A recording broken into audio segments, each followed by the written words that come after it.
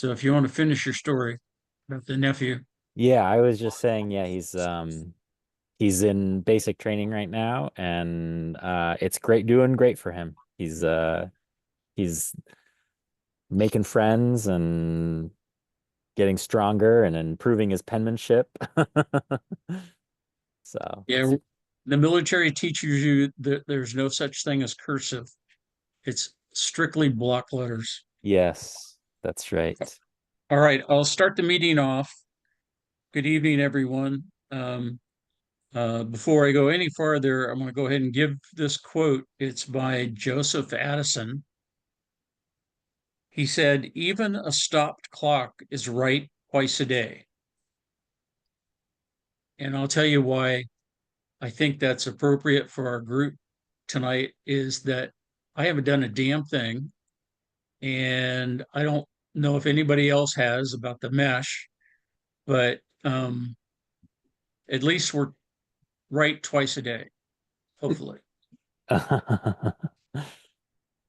So I'm Ron, N4RDZ. I live in Unalaska and come up to Seattle on the weekends, where I'm at now.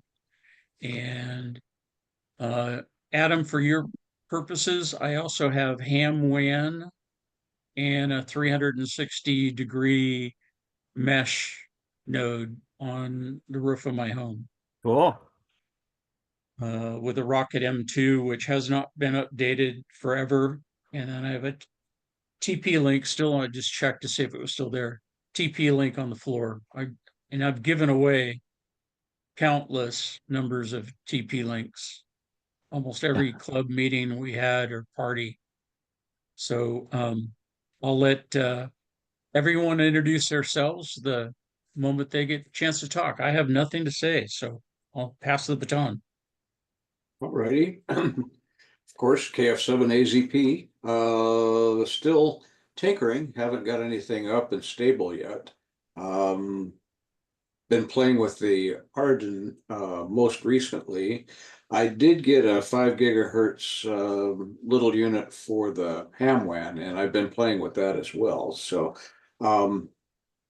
I've been running both on a long extension cord, but I did get DC to DC converter to go from 12 volts up to their 24, 28 volt range. So theoretically, it should be solar when I'm all set up and ready to go. But I'm not sure I could get a good signal consistently. I may have to see if somebody over on an apartment complex across the valley might let me use part of their rooftop for a interim jumper repeater or something. But I can see and get contact with the one on Mount St. Vincent. I can see but not contact the one over on Beacon. I can also get the one on Myrtle, so it's kind of hit and miss. Not quite enough there, but I'm not sure that that's due to line of sight or whether it's due to a floppy support. So anyway, still experimenting. Were you able to get a connection with the Providence Mount St. Vincent? I was briefly, not consistently though. But, And this is Hamwan? yeah. Or excuse me, no, that was AREDN. Oh, that was Arden? Yeah, Oh, that's great. yeah, I haven't got the ham WAN up and played with yet. So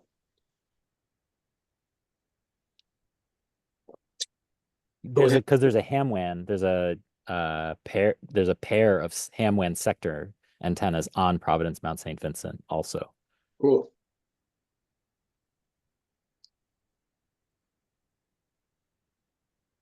Yeah, I guess I'll go. Yeah, I'm Nick, KK7LZM. I also haven't done a ton of stuff with Arden in a while. I thought it might be interesting if we don't have much else to talk about, to talk a little bit about what we could do for the West Seattle Grand Parade. I think that's been an idea that's floated around a little bit. And if we start thinking about it now, that might get us into a better position to actually execute on that come July. Hmm. So I put that forward as a discussion topic. Cool. I'll pick it up. I'm Adam, KK4GKF. I haven't done much, but I followed along with the news a little bit, had a few topics as well. One of which was actually great news for me to see. I saw there was a new release of AREDN that addresses a D2D bug that existed, and that may explain the issue I was having with my virtualized environment not connecting over D2D to other devices. So I need to I might even pull it out of the box during this meeting because I could do it. I need to get it back online so I can update my device and see if that fixes the bug. The other thing I've been kind of following along with the news and thinking about and how it potentially impacts us or doesn't impact us is the TP-Link news with, you know, suggestions on not using TP-Link hardware for enterprise and areas that you, you know, wish to maintain privacy. So bringing that up as a potential topic, and if we don't want to go there all the way, I'm happy to say, seems like for our use case, this might be a great opportunity to pick up bulk cheap hardware that we would use to provide services that are already not encrypted, and like you don't need to be sending anything secure or private over these links anyway, and we're flashing them with our own firmware. And so it seems like that could be a potential opportunity to try to score some hardware for inexpensive cost that definitely meets our needs. And I guess Very the interesting. last one, potential topic is low on the list is I saw some, you know, FCC rulings and news reports on 6 gigahertz spectrum, and that would be interesting to bunny hop 5 gigahertz, which HamWAN likes to think about last mile delivery and high throughput for AREDN, and maybe trying to focus on that as a nice benefit that AREDN could provide over HamWAN to differentiate us / complement HamWAN by utilizing the 6 gigahertz spectrum for high throughput links. Yeah, that would be an interesting thing. I'd like to hear more about that maybe when we're done with introductions.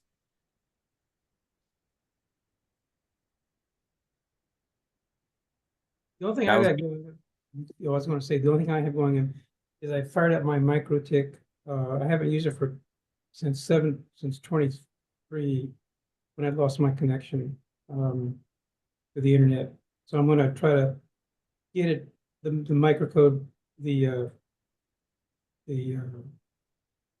code up to date. I'm sure it's so far out of date I couldn't communicate.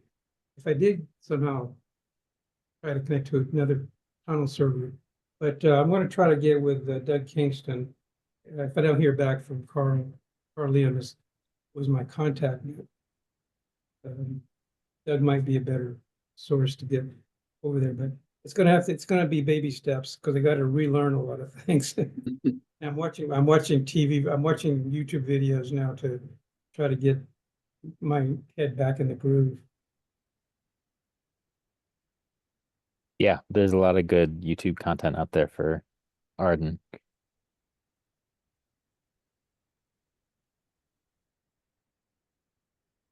That's it for introductions. Everybody knows who's here.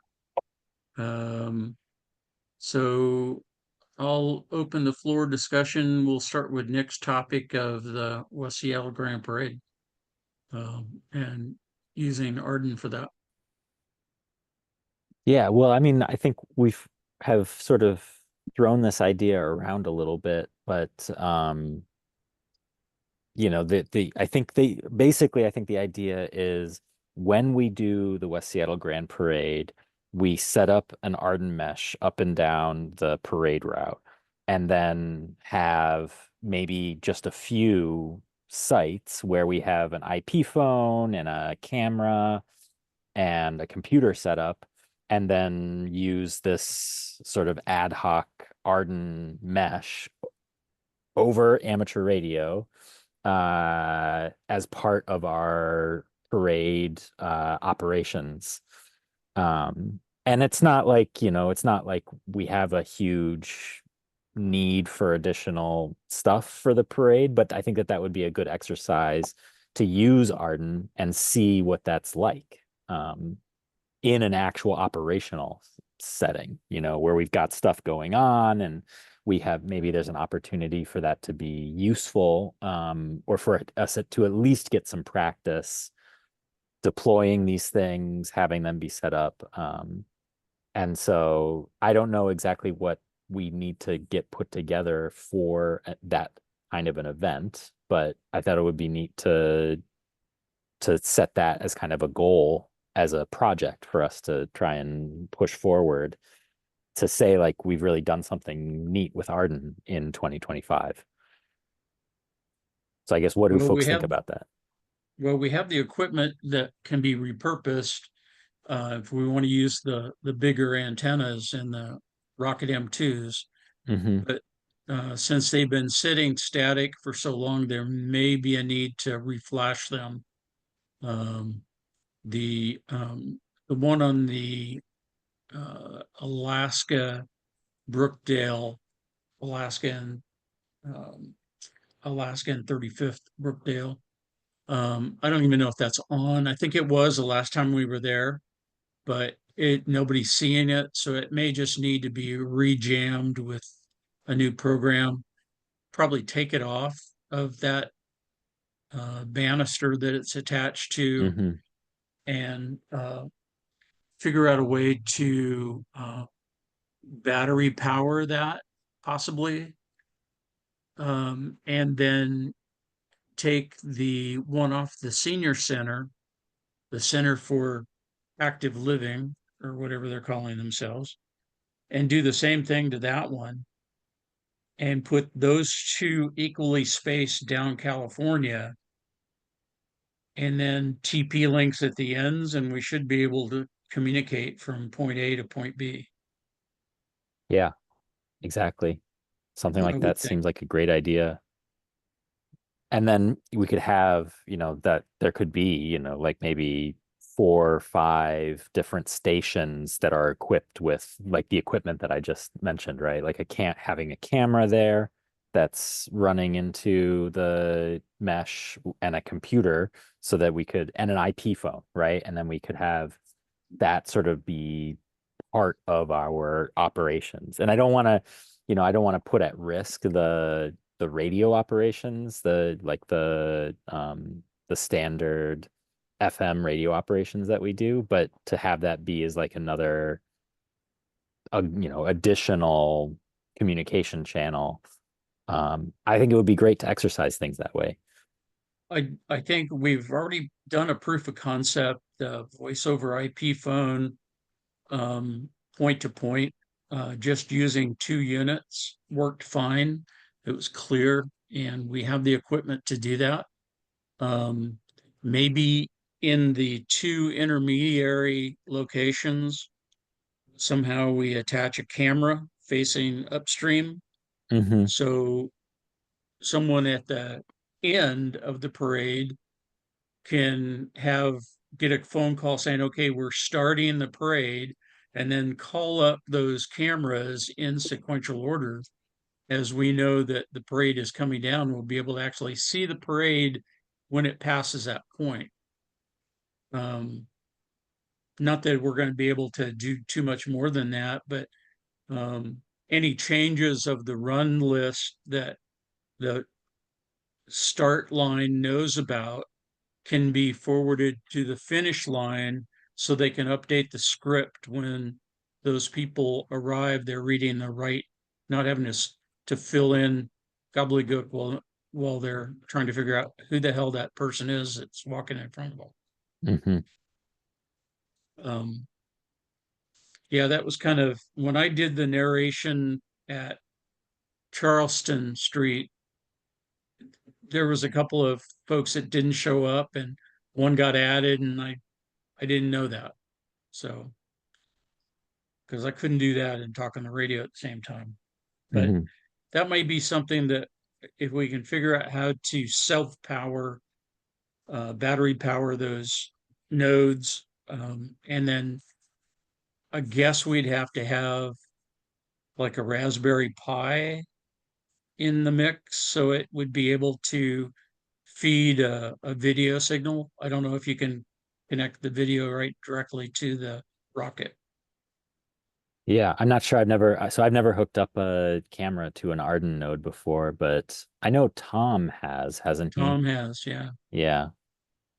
Um, You can do yeah, and network I found video. a 12 volt DC PoE injector, and I mean it steps up to 24 volts to do the PoE injection, and it just plugs right into a 12 volt battery, and then you can plug an Ethernet, PoE device into it, and that seems easy and inexpensive and a great way to get battery powered or solar powered AREDN node up and running pretty easily. So I would think we need to take those two pieces of equipment down as soon as possible and then try to engineer that to see if we can make it work. yeah, maybe that's the right next step, is to get the equipment from Brookdale, Alaska, and the equipment from the Center for Active Living, get that stuff so we have it, get those nodes flashed and updated, and then we can take it from there to maybe do a test of some kind. Yeah, the Center for Active Living access to the roof is through the kitchen, and the cook leaves a little early on Friday, but early is relative whenever he feels like it. So it would be best to go up the outside and just take it off whenever it's convenient for whoever's doing the work. Just requires a ladder to get up on the short roof and back, and Right. then pull the ladder up and put it up against the upper roof. And you're saying just get to it from the exterior of don't even Yeah. go through yeah. Don't even go through it.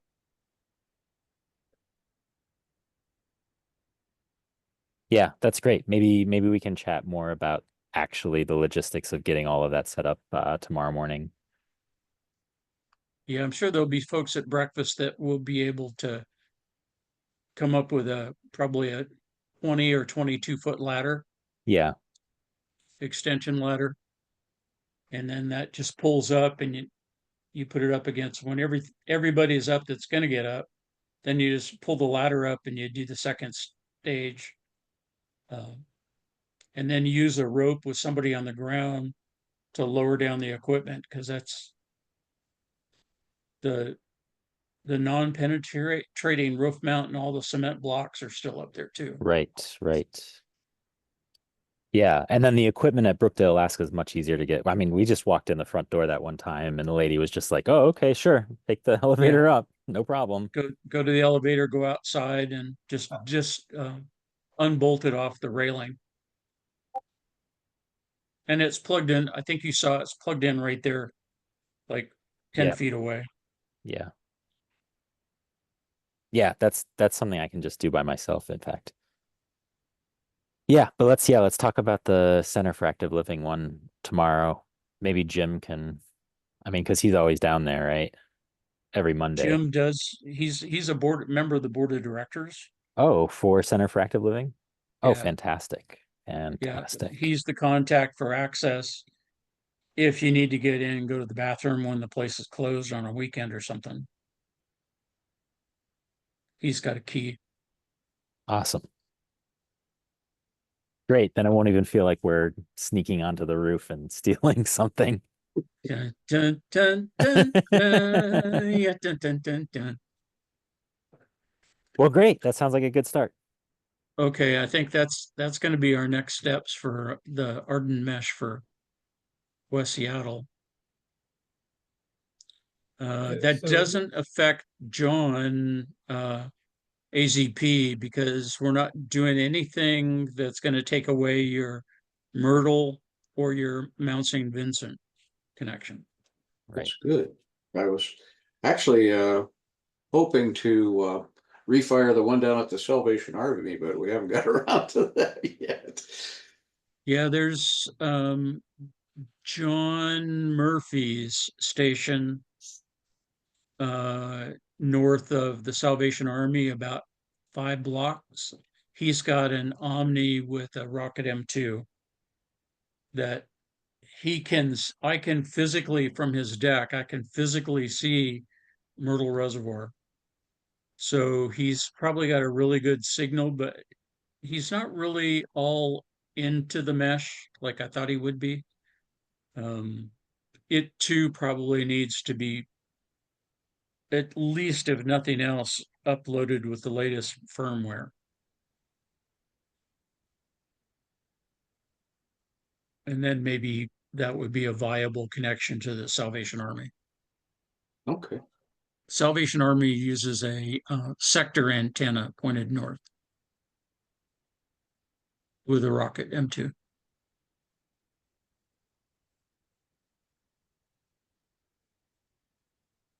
You had something to say, John, because you were on mute and you said something, but I couldn't hear you. Oh, I was just thinking that how can we get club members involved in this plan? How can we, what? I'm sorry, you're breaking up a little bit. How to get club members involved in the idea of setting up this mesh for the parade? Yeah, so socialize it during the dinner. That's the nearest Yeah, during the near dinner, that's a term. good idea. And On the I can nets. mention it on the Monday night, next Monday night net too, that we're sort of noodling on this idea and we're going to get some equipment together as kind of our next step. And as an endpoint, you can use my little TP link here as an endpoint pointed north if you wanted to connect it to a laptop and then be able to do voice over IP phone, and Mm-hmm. at least that would be an endpoint you wouldn't have to worry about, and that would be a temporary. There's power available down there at that reviewing stand. So Oh, at the end of the parade? right. Yeah. So the only other thing we need to do is put something at the start, and that's Jim could probably come up with that equipment. Yeah. And I have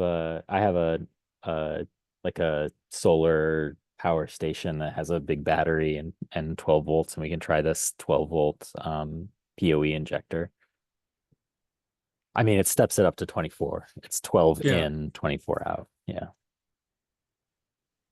Would it last 6 hours, do you think?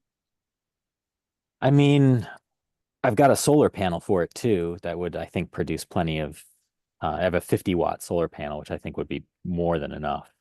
And the battery is 50 amp hours. So I think that would be plenty of power. Okay. Is anyone Well- running a completely solar node with nothing else on it? It'd be nice to know kind of solar requirements year round if you wanted to spec something out that was entirely solar powered. I haven't don't done think that. I don't think anybody in our network has done a solar powered node. Okay. We got a lot of solar smart people in ACS and in the club.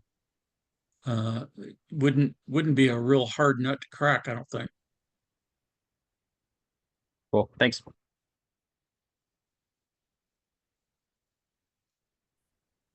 Anybody else have anything else for the good of the group? No use burning up the electrons that we don't need Well, to. yeah, Adam, I wanted to hear more about at least your 6 gigahertz, what you were talking about. I don't know if I completely understood what you were saying, but it sounded really interesting. And I don't know if that TP-Link news, if there was more that you wanted to add about that.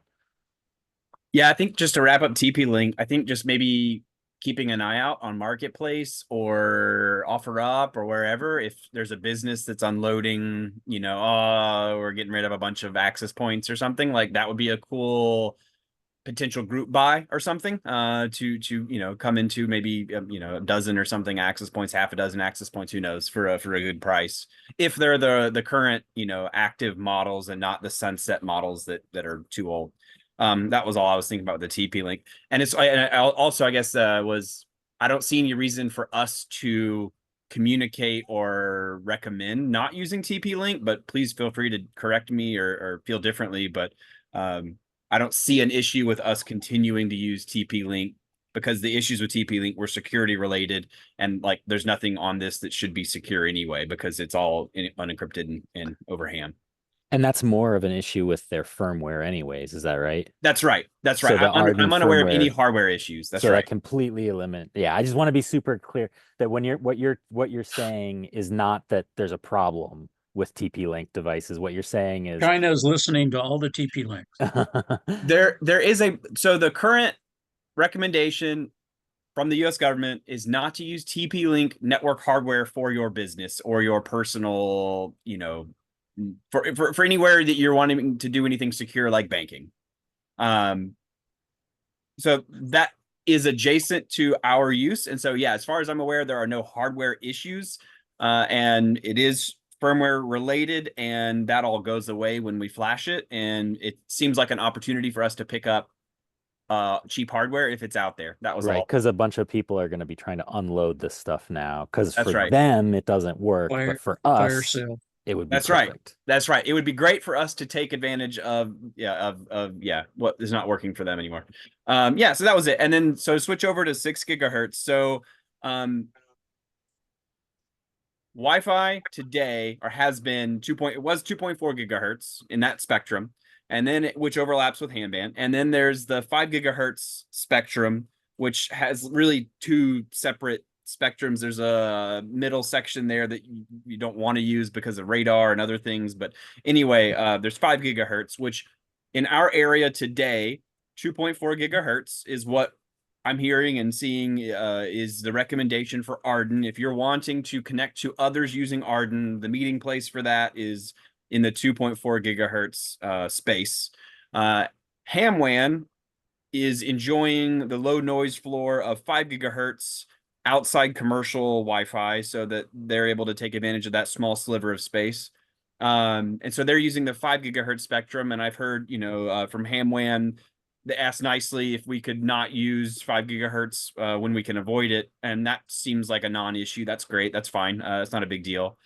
Now there is a new spectrum available for commercial use. It's been out there, but like for indoor only. And what I saw briefly was more allowance for use of 6 gigahertz outdoors, which is where I think we're primarily going to be. And 6 gigahertz Wi-Fi would be very high throughput. So the bandwidth that would be possible on 6 gigahertz radios is going to be much, much, much higher than what's possible on our current 2.4 gigahertz radios and hardware today.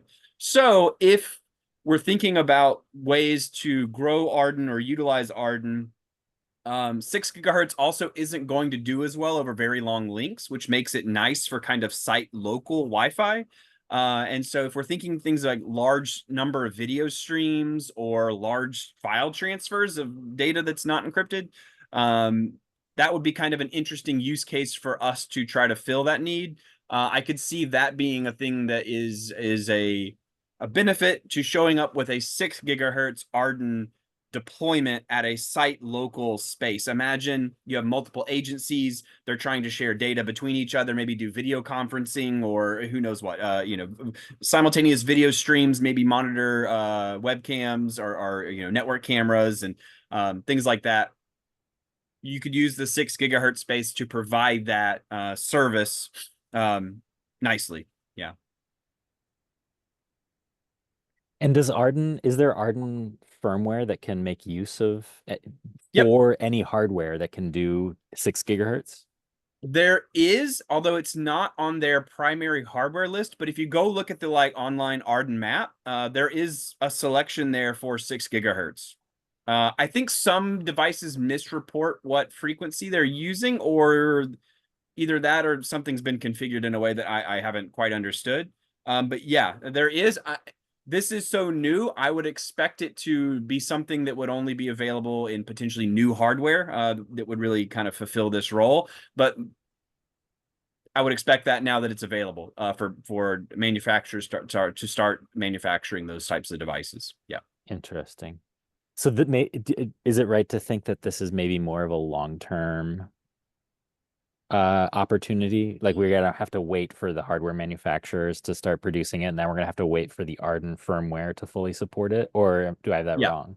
No, that's where it is in my mind, is more of I'm going to keep my eye open on that. And if things become available, it might be interesting to buy a couple and test it out, do some throughput tests, see how they penetrate wet trees and leaves, and just kind of do a A/B comparison between the 2.4 gigahertz and the 5 gigahertz just to see how it works. And the nice thing is these would mesh together. So things like you could take a 2.4 gigahertz AREDN node and a 6 gigahertz AREDN node, and through a D2D, a device-to-device link, now you have those two spectrums linked together. And so you don't have to stay on one only, if that makes sense. So if we already are building out a 2.4 gigahertz mesh that allows long distance communication, you'd be able to have site local 6 gigahertz deployment and still take advantage of that long link. So there's no reason to stop doing anything we're doing. And again, it's definitely I think watch out for hardware as it becomes available. And the firmware, I believe, already supports it because other countries have that spectrum available for them to use. Cool. I'm looking at the map, and the map lists 900 megahertz, 2.4 gigahertz, 3.4 gigahertz, and 5 gigahertz. And then it has a super node and then no RF. So Okay. Maybe I was mistaken. So there may be firmware changes required to support it, but given that it's built in an open WRT, I don't expect that to be the holdup. I think it would be on AREDN's side to just adopt that, which it seems like it's gaining traction. So that seems plausible that would happen. I think the hardware is holding us up right now more than the firmware is. Cool. All right. Cool. I was going to ask you about the when you're on the outlook for secondhand TP link hardware. When I look at the supported hardware, it only lists out of 17. It only lists 3 or 6 as being stable. Is that something to think about when you're looking for secondhand TP link hardware? It is something I think about personally. I know that there are some nice like GLINet devices. Like there's one that was the little USB stick that would run AREDN, but it's been sunset. It's not out there anymore. And so that kind of stinks that was a cheap, easy way to extend the mesh that no longer exists as a stable supported platform. But given that the development seems like ramping up a little bit with this new UI change and taking on new features, there's going to be a little bit of catch-up time. I think it's important to try to stick to procuring hardware that's currently stable, just so that it's kept up and supported as long as possible to take advantage of any new changes, any new firmware updates, that kind of thing. Yeah. So when you look at purchasing these items, will you have sufficient information to make a decision like that? It is, how do you make sure you got the like the TP-Link CP210V, and then it gives you, well, there's just so many, there are many variations. And so the question is, will you be able to ascertain the detail you need to make that decision for stable versions, you think? I don't, so I'm unaware of any reliable way to tell you any piece of hardware that will remain stably supported for any length of time. I'm unaware of AREDN putting out any statements like that, like, hey, here's a piece of hardware, we're guaranteed we're going to support it for 5 years, something like that. So really it's a bit of a, that's why I try to stick to what's already on the stable list, just to try to stay current there. Another thing I would expect is the older hardware would get sunset or retired first, and so you can look at the make and model of the device and see, you can just Google search it and see when it was released. And so looking for things that had a release date, this product was released in 2023 versus this product was released in 2015, I would expect the 2015 device would be retired first. I'm sure there will be exceptions to that, but that's the general thought process I go through when I've been looking at these. And I have a couple. I have TP-Link. I have a couple MikroTik devices. Yeah, and so I'm unaware of anything that's super reliable, but I do think sticking to the stable list would, make the most out of your purchase. Yeah, the question I was trying to get at was that will you have sufficient information on this secondhand equipment to know that you're making the choice that you're. Oh, sure. I see. From the supplier. Yeah, that is a challenge. That is a challenge, especially if the ones that are probably the best cost have the least, I would expect maybe have the least amount of information. They're probably not going to be putting detailed firmware versions and model numbers on there. So kind of trying to look it up via the picture could be helpful. Yeah, but that you're right. That is a challenge.